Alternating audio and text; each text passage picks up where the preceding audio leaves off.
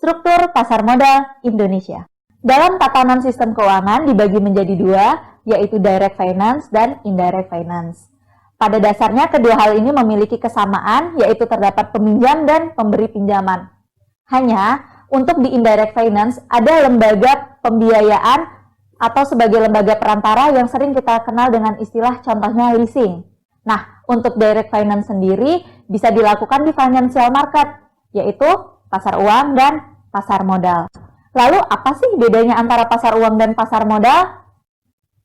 Untuk pasar uang dan pasar modal, yang pertama beda pada jangka waktu produknya. Pasar uang jangka waktunya di bawah 1 tahun, contohnya seperti tabungan, deposito, atau obligasi yang jangka waktu di bawah 1 tahun. Nah, selanjutnya untuk pasar modal yang jangka waktu di atas 1 tahun, contohnya seperti saham, reksadana, obligasi, dan derivatif lainnya. Selain pada jangka waktu produk tersebut, mekanisme perdagangan juga memiliki hal yang berbeda. Untuk produk pasar uang biasanya ditransaksikan di industri perbankan. Nah, untuk produk pasar modal sendiri biasanya ditransaksikannya di Bursa Efek Indonesia. Walaupun pada prakteknya ada beberapa produk pasar modal yang ditransaksikan di luar Bursa Efek Indonesia atau dikenal dengan istilah over the counter market. Sistem Keuangan Indonesia. Forum Koordinasi Stabilisasi Sistem Keuangan berdasarkan Undang-Undang OJK Nomor 21 Tahun 2011 terdiri dari Bank Indonesia, Otoritas Jasa Keuangan, Lembaga Penjamin Simpanan, dan Kementerian Keuangan.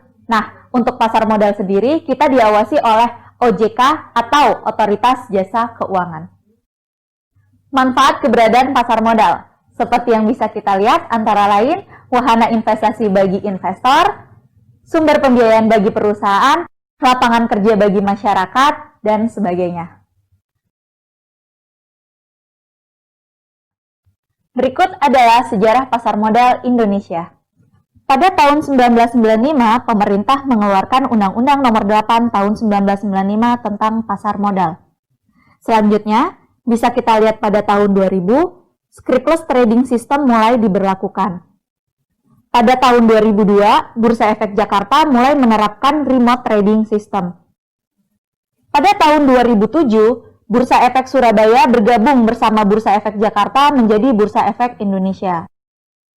Bisa kita lihat pada tahun 2011, DSN MUI mengeluarkan Fatwa Nomor 80 Tahun 2011 yang menyatakan bahwa mekanisme perdagangan saham di Indonesia sudah sesuai dengan prinsip syariah.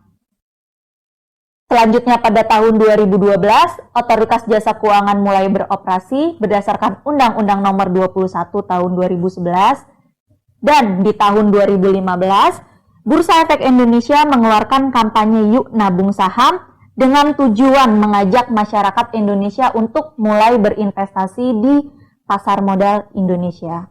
Berikut ini adalah struktur pasar modal Indonesia. Pada posisi tertinggi terdapat Otoritas Jasa Keuangan atau OJK yang mengawasi pasar modal Indonesia. Selanjutnya, di bawah OJK terdapat Set Regulatory Organization atau SRO yang terdiri dari PT Bursa Efek Indonesia, PT Clearing Penjaminan Efek Indonesia, dan PT Kustodian Sentral Efek Indonesia. Pasar modal Indonesia sendiri mempertemukan antara pihak yang membutuhkan dana, seperti emiten dan perusahaan publik, dan pihak yang kelebihan dana, atau disebut dengan pemodal. Pemodal sendiri kita bagi menjadi dua, yaitu pemodal domestik dan pemodal asing. Untuk mempertemukan pihak yang membutuhkan dana dan pihak yang kelebihan dana, dibutuhkan beberapa pihak yang akan terlibat, seperti perusahaan efek, yang terdiri dari penjamin emisi, perantara pedagang efek, dan manajer investasi. Selanjutnya, ada lembaga penunjang seperti Biro Administrasi Efek, Bank Kustodian, Wali Amanat, dan Pemeringkat Efek. Yang terakhir, ada profesi penunjang seperti akuntan, notaris, penilai, dan konsultan hukum. Selanjutnya kita akan membahas mengenai OJK dan SRO. Baiklah, kita akan mulai mengenai Otoritas Jasa Keuangan terlebih dahulu. Bisa kita lihat, ini merupakan struktur pasar modal Indonesia sebelum dibentuknya Otoritas Jasa Keuangan. yaitu diawali oleh pemerintahan Indonesia, selanjutnya ada Kementerian Keuangan, lalu ada Bapepam LK atau Badan Pengawas Pasar Modal dan Lembaga Keuangan, selanjutnya ada Bursa Efek Indonesia. Nah, ini merupakan struktur pasar modal Indonesia setelah dibentuknya Otoritas Jasa Keuangan berdasarkan Undang-Undang Nomor 21 Tahun 2011 yang membawahi industri perbankan dan non-perbankan, yaitu salah satunya merupakan industri pasar modal yang dilaksanakan di Bursa Efek Indonesia. Otoritas Jasa Keuangan atau OJK adalah lembaga yang dibentuk oleh pemerintah yang berfungsi sebagai pengawas sektor jasa keuangan yang independen dan bebas dari campur tangan pihak lain. OJK mempunyai fungsi, tugas, dan wewenang dalam hal pengaturan, pengawasan, pemeriksaan, dan penyidikan, sebagaimana dimaksud dalam Undang-Undang Nomor 21 Tahun 2011. Pembentukan dan pendirian OJK adalah dengan tujuan agar keseluruhan kegiatan di dalam sektor jasa keuangan 1. Dapat terselenggara secara teratur, adil, transparan, dan akuntabel. 2. Mampu mewujudkan sistem keuangan yang tumbuh secara berkelanjutan dan stabil. Dan 3. Mampu melindungi kepentingan konsumen dan masyarakat. Lembaga yang mulai berfungsi pada tanggal 31 Desember tahun 2012 ini dipimpin oleh seorang ketua yang diangkat oleh Presiden dan mempunyai tugas dan fungsi untuk melakukan pengaturan dan pengawasan yang terintegrasi terhadap seluruh kegiatan jasa keuangan yang melingkupi 1. Kegiatan jasa keuangan di sektor perbankan. 2. Kegiatan jasa keuangan di sektor pasar modal. 3. Kegiatan jasa keuangan di sektor perasuransian, dana pensiun, lembaga pembiayaan, dan lembaga jasa keuangan lainnya. OJK merupakan lembaga negara yang bersifat independen dengan fungsi, tugas, dan wewenang pengaturan, pengawasan, pemeriksaan, dan penyidikan di sektor pasar modal. Sedangkan SRO adalah pihak yang melaksanakan kewenangan penerapan aturan di industri pasar modal. SRO di Indonesia adalah 1. Bursa Efek Indonesia, yaitu adalah pihak yang menyelenggarakan dan menyediakan sistem dan atau sarana untuk mempertemukan penawaran jual dan beli efek pihak-pihak lain dengan tujuan memperdagangkan efek di antara mereka. 2. Lembaga Clearing dan Penjaminan KPEI adalah merupakan pihak yang menyelenggarakan jasa clearing dan penjaminan penyelesaian transaksi bursa. 3. Lembaga Penyimpanan dan Penyelesaian KSEI, yaitu pihak yang menyelenggarakan kegiatan kustodian sentral atau jasa penitipan efek dan harta lain yang berkaitan dengan efek serta jasa lain bagi bank kustodian, perusahaan efek, dan pihak lain.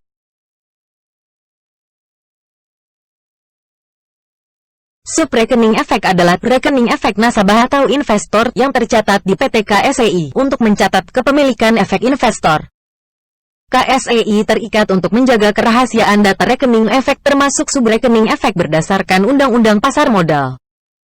Hal-hal terkait subrekening efek yaitu 1.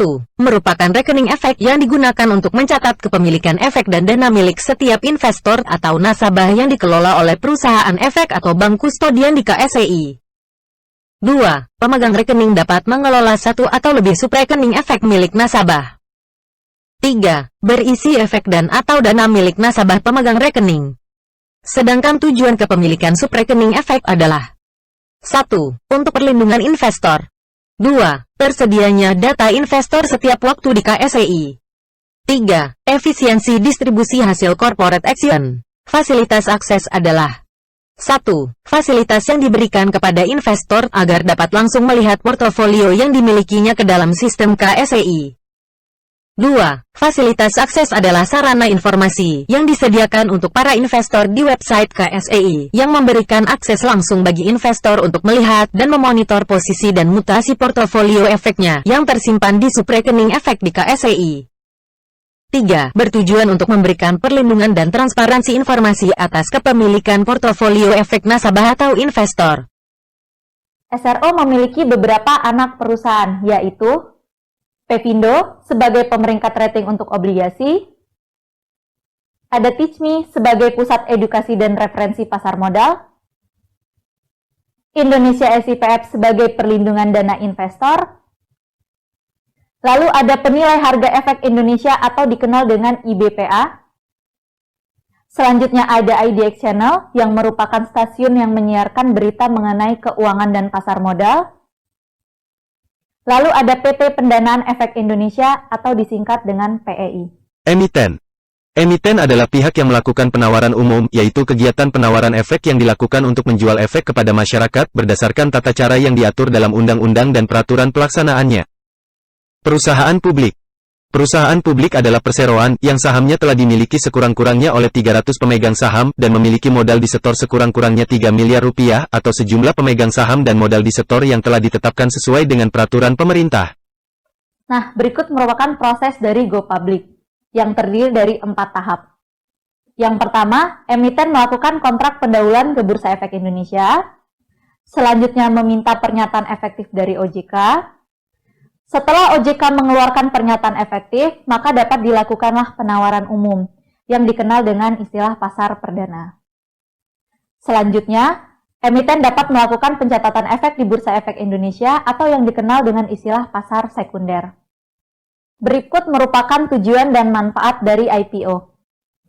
Di antaranya, perluasan usaha, memperbaiki struktur keuangan dan permodalan, menimbulkan rasa kepemilikan, meningkatkan profesionalisme manajemen, meningkatkan produktivitas karyawan, dan sebagainya.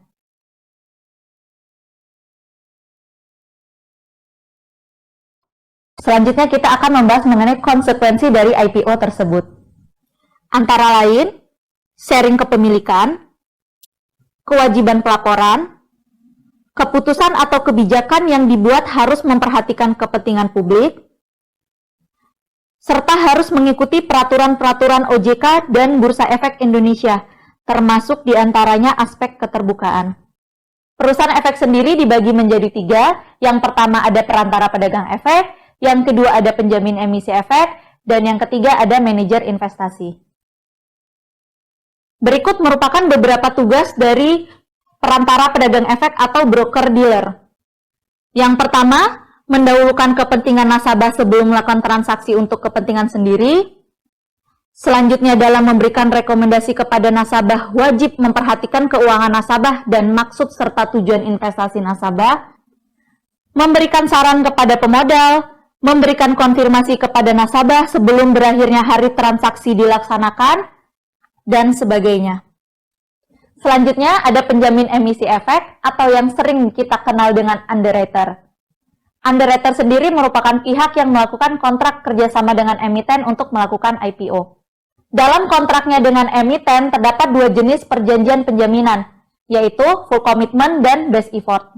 Yang membedakan antara 2 perjanjian tersebut adalah untuk full commitment tidak ada kewajiban underwriter untuk membeli sisa efek yang tidak terjual. Sedangkan untuk best effort, tidak ada kewajiban bagi underwriter untuk membeli sisa efek yang tidak terjual ketika IPO.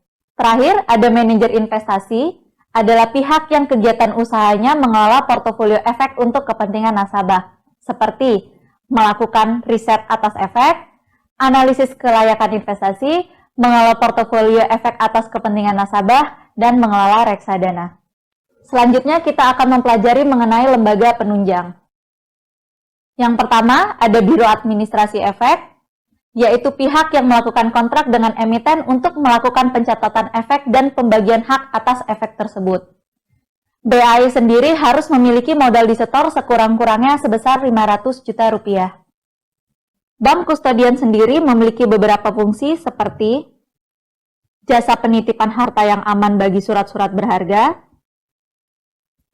mengamankan pemindahan efek, mencatat dan membukukan semua penitipan pihak lain secara cermat, menagih dividen, bunga surat hutang, dan hak-hak lain yang berkaitan dengan surat berharga yang dititipkan, serta mengamankan semua penerimaan dan penyerahan efek untuk kepentingan efek yang diwakilinya. Pihak yang dapat bertindak sebagai bank kustodian diantaranya, pertama, PT Kustodian Sentral Efek Indonesia, yang kedua perusahaan efek, dan yang ketiga, bank umum yang memiliki izin sebagai bank kustodian. Selanjutnya ada wali amanat. Wali amanat adalah pihak yang mewakili kepentingan pemegang efek bersifat hutang atau obligasi. Selanjutnya ada pemeringkat efek, yaitu pihak yang melakukan penilaian kemampuan membayar kembali atas efek bersifat surat hutang. Nah, untuk di Indonesia sendiri, kita ada namanya Pevindo. Dari segi analisis peringkat studi industri, beberapa yang dapat dilihat seperti analisis risiko bisnis, posisi pasar dan strategis bisnis, diversifikasi, struktur biaya, dan sebagainya. Jika berdasarkan analisis risiko keuangan seperti kebijakan keuangan, keuntungan, struktur modal, kualitas aset, dan sebagainya.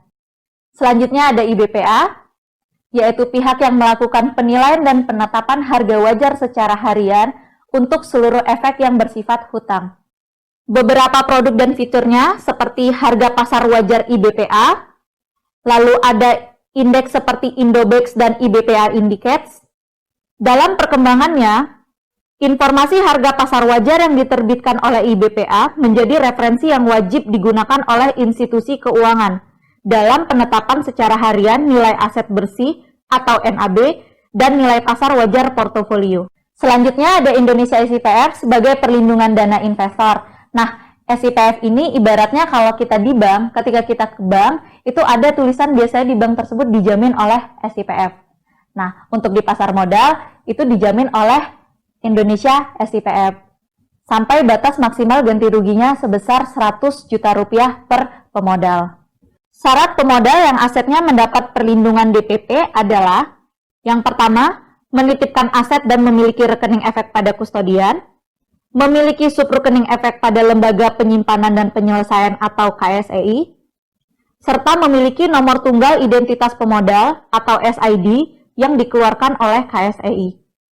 Profesi penunjang diantaranya seperti akuntan, konsultan hukum, penilai, dan notaris.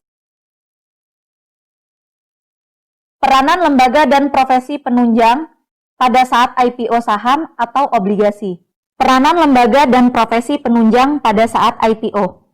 Pada saat IPO saham, pihak-pihak yang terlibat antara lain konsultan hukum, akuntan publik, notaris, percetakan, penilai, KSEI, dan Biro Administrasi Efek. Untuk IPO obligasi, pihak-pihak yang terlibat adalah konsultan hukum, akuntan publik, percetakan, notaris, Kustodian Sentral Efek Indonesia, wali amanat, dan lembaga rating. Bagian terakhir dari struktur pasar modal Indonesia yang akan kita pelajari adalah mengenai investor. Lalu gimana sih caranya agar kita bisa menjadi seorang investor? Langkah pertama yang dapat kita lakukan adalah membuka rekening efek pada perusahaan sekuritas. Kemudian memberikan berkas yang dibutuhkan untuk pembukaan rekening efek, seperti KTP, NPWP, buku tabungan, dan sebagainya. Selanjutnya, kita dapat melakukan setor dana ke rekening dana investor. Jika semua sudah disetujui, kita dapat siap untuk bertransaksi saham di Bursa Efek Indonesia.